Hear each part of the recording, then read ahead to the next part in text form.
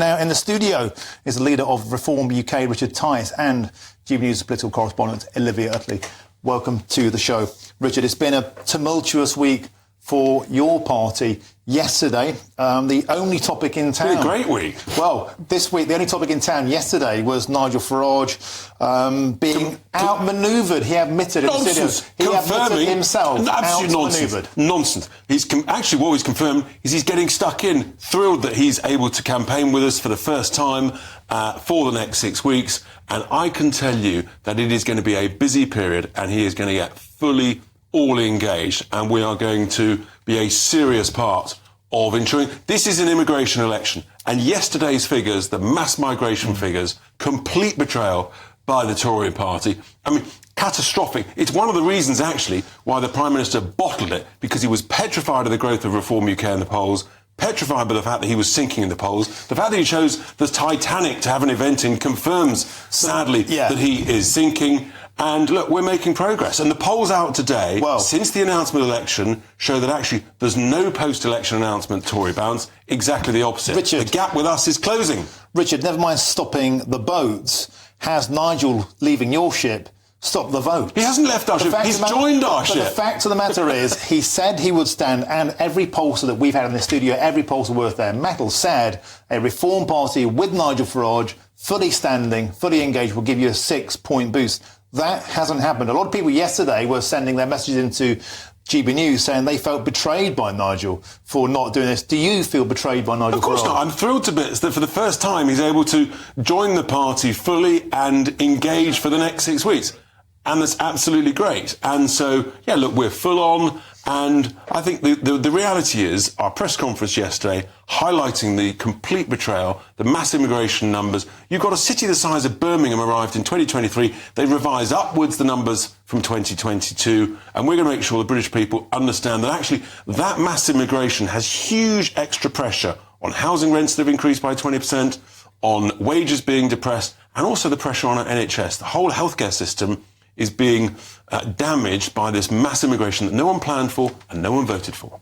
Well, the thing I don't really understand is Nigel Farage has said that he's not going to stand because he doesn't have time to find a winnable seat. He doesn't think he can win a seat. If Nigel Farage, the name that everyone knows, the name behind Reform, doesn't think he can win a seat, then what chance does any other Reform candidate have? Oh, we're going to win seats, absolutely no question at all. And actually, what experience shows is sometimes it's more challenging if you're trying to both win a seat and run a national campaign than actually just focusing on one or the other. So, Nigel's got experience of that.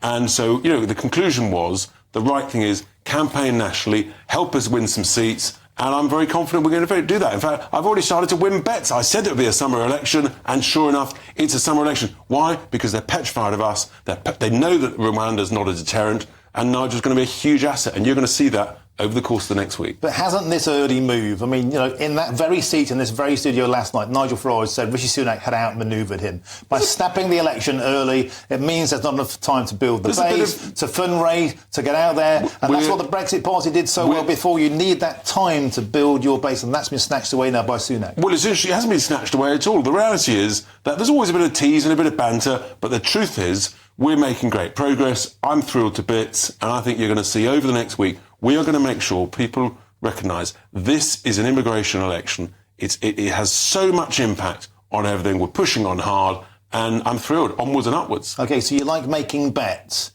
How many seats are you going to win? Let's make a bet. I didn't say I'll bet on everything. I will bet we will get millions of votes. And the more people vote for us, the more seats we get. OK, super. Let's now throw to Chris Hope on the battle bus. And you were listening into that interview there. Chris, I wonder if you have any response or a question perhaps for Richard Tice back here in Westminster. Yes, thank you. And Richard, hello from the Tory battle bus here in West Midlands. A quick question to you. Were you outmanoeuvred by this early call of election? If you were so certain on it being a summer election, why didn't you get a seat ready for your star candidate, Nigel Farage? Instead, he was caught short and he pulled out rather embarrassingly.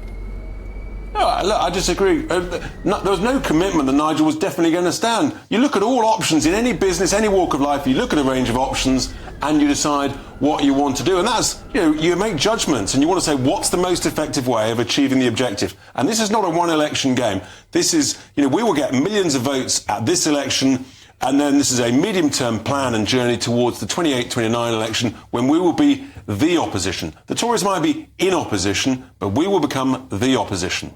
I mean, you're quite a small party still, obviously, but already there seems to be some division in your ranks. Yesterday, Nigel Farage said that he was planning on launching his election campaign next week. Today, Ben Habib said on GB News, that's your deputy co-chair, that Nigel Farage didn't plan to run next week. Ben Habib knew absolutely nothing about this, and he called it Nigel's version of events. How do you explain that?